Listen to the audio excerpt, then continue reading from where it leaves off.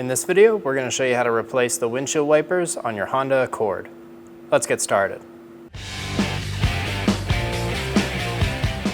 We're going to remove the white caps off of either end of either wiper. We're going to put the wipers next to where they go, the short one on the passenger side, the long one on the driver. We're going to pull straight up on this wiper arm. I'm not going to let go of this wiper arm throughout this. We do not want it coming back down and hitting the windshield. There's a little tab inside of the back of this clip. We're going to push on that tab, pull straight down, and remove the wiper.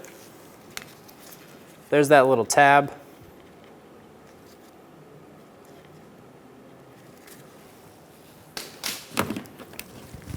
We have our next wiper ready to go. We're going to line it up with that hook, pull straight up. You'll feel the wiper click into place. You can give it a pull down and it won't come off. Gently return the wiper arm to the windshield. Repeat the same process on the other side.